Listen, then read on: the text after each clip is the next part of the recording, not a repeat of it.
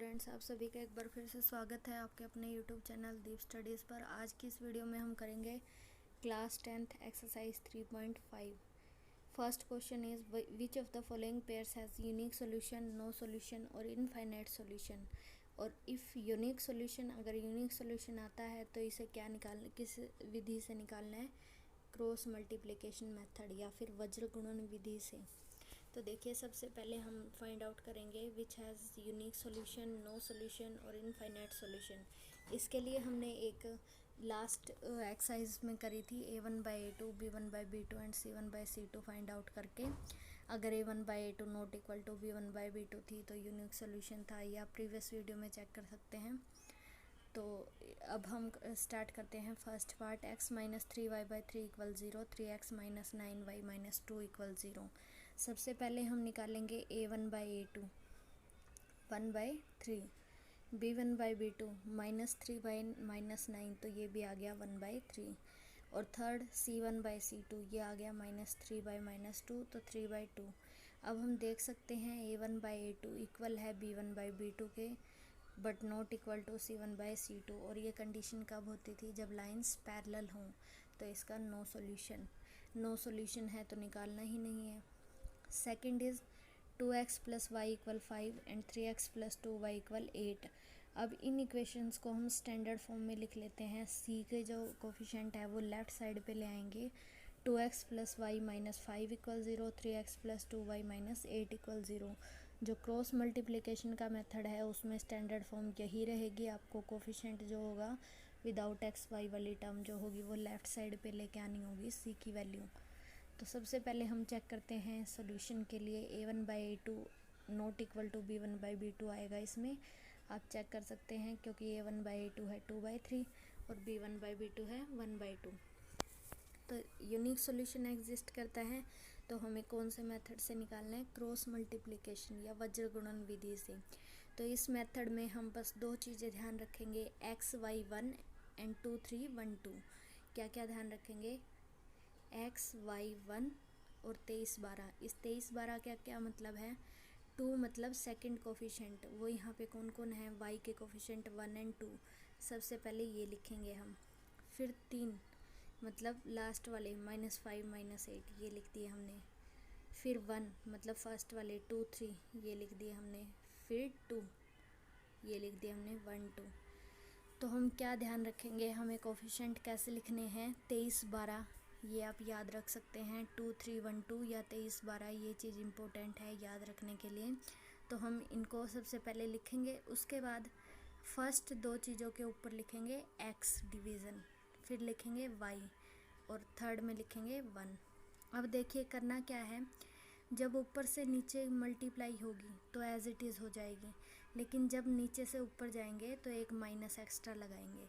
ऐसे ही वाई में ऊपर से नीचे डायरेक्ट जाएंगे, नीचे से ऊपर आते हुए एक माइनस, ऊपर से नीचे जाएंगे, नीचे से ऊपर जाते हुए एक माइनस। इसको ध्यान रखने के लिए देखिए, 1 को -8 से मल्टीप्लाई किया -8, फिर ऊपर जाने के लिए एक माइनस, 2 को -5 से किया तो -10। ये आ गया x के बाय में। अब y के बाय में क्या लिखना है? -5 को 3 से किया -15, नीचे से ऊपर गए एक माइनस, तो -16, 2 2 4 और -3 1 3। तो क्या आ गया? x/2 y/1 equal 1। अब क्या करना है? अब हमें 3 टर्म्स मिल जाएंगी। फर्स्ट होगी x वाली, सेकंड होगी y वाली और थर्ड होगी 1 वाली। एक बार x वाली को 1 वाली के इक्वल रखना है, एक बार y वाली को। तो x वाली को 1 के इक्वल रखेंगे, मतलब 1 की जो टर्म है इस केस में 1 ही है, तो इस यहाँ से x की वैल्यू आ गई 2 और y की वैल्यू आ गई 1। हर क्वेश्चन में हम यही करेंगे, x y 1 एंड 23/12, ये दो चीज़ें आपको ध्यान रखनी है। सेकंड क्वेश्चन इज थर्ड, ये इसी का थर्ड पार्ट है। 3x minus 5y equal 20 and 6x minus 10y equal 40। इसमें जब a1/2 b1/b2 and c1/c2 find out किया तो ये तीनों इक्वल आ गए। और ये जब कब होता है? कोइंसिडेंट लाइन के केस में या फिर समपाती रेखाओं के केस में। तो इसका क्या होता है? इन एसिमिथल इनफाइनाइट सॉल्यूशन। इसलिए हम फाइंड आउट नहीं करेंगे। हमें इस क्वेश्चन में सिर्फ उनका फाइंड आउट करना है जिनका यूनिक सॉल्यूशन एग्जिस्ट करता है। सो फोर्थ पार्ट देखें, x minus 3y minus 7 equal 0, 3x minus 3y minus 15 equal 0। सबसे पहले हमने चेक किया क्या a1/2 b1/2 के इक्वल नहीं है तो unique solution. By cross multiply again ध्यान रखिए 23/12, क्या याद रखना है 23/12। सेकेंड कोफिशेंट -3 लिख दिया। फिर थर्ड कोफिशेंट -7 -15 लिख दिया। फिर फर्स्ट कोफिशेंट 1 और 3 यहाँ पे लिख दिया। फिर अगेन दूसरे coefficient wait 1 second,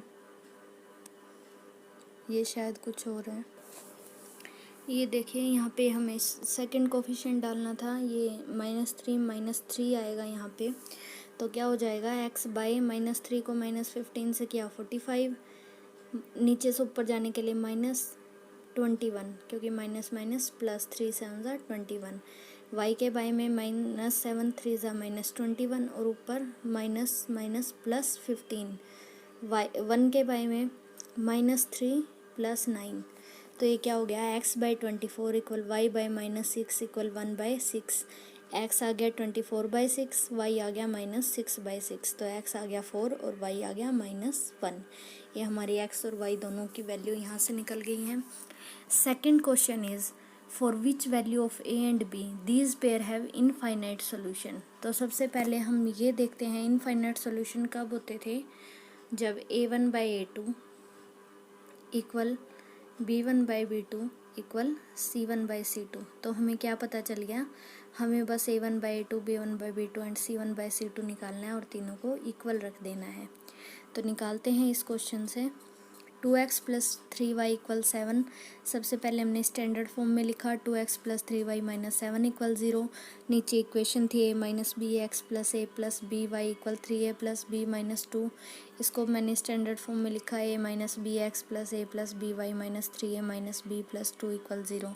for infinite solution a1/a2 equal b1/b2 equal c1/c2। यहाँ से मैंने कंडीशन डाल दी 2/a minus B equal 3/a plus B equal -7/-3a minus B plus 2।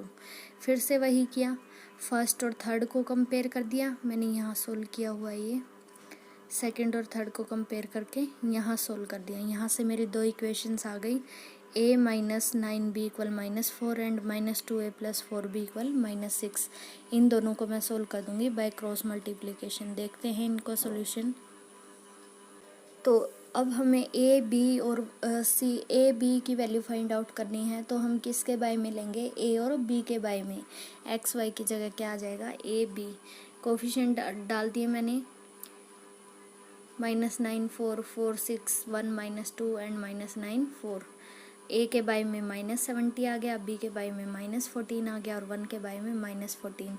यहाँ से ए की वैल्यू 5 एंड बी की 1। आप कैलकुलेट कर सकते हैं इसको।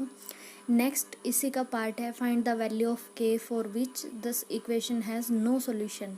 नो सोल्यूशन कब होता था, जब a1/a2 इक्वल होता था b1/b2 के and not equal to c1/c2। लेकिन उसकी नीड नहीं है, हमें यहीं से सोल्व करना है।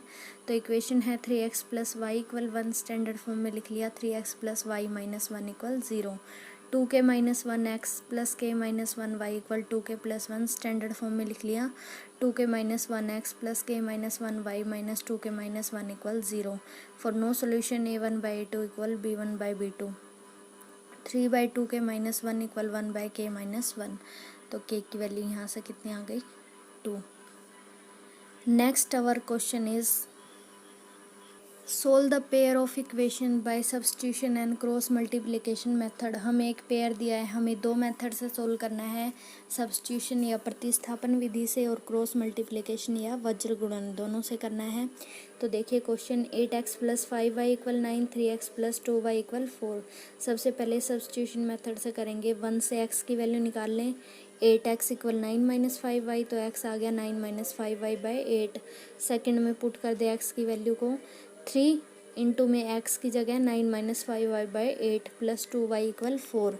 तो 27 माइनस 15y और जो ये 8 था वो एलसीएम लेके 16y इक्वल 32। तो y की वैल्यू आ गई 32 माइनस 27, y की वैल्यू आ गई 5। अगेन फर्स्ट में पुट हमने इसे किया तो x की वैल्यू आ गई -2। अब हमें किससे सोल्व करना है, क्रॉस मल्टीप्लिकेशन से। उससे पहले हम क्या लिख लेंगे, स्टैंडर्ड फॉर्म लिख लिया। 8x + 5y - 9 = 0, 3x + 2y - 4 = 0। Again हम क्या लगा देंगे, x y 1 2 3 1 2। तो second coefficient 5 2, third coefficient -9 - 4, first coefficient 8 3 and again second coefficient 5 2।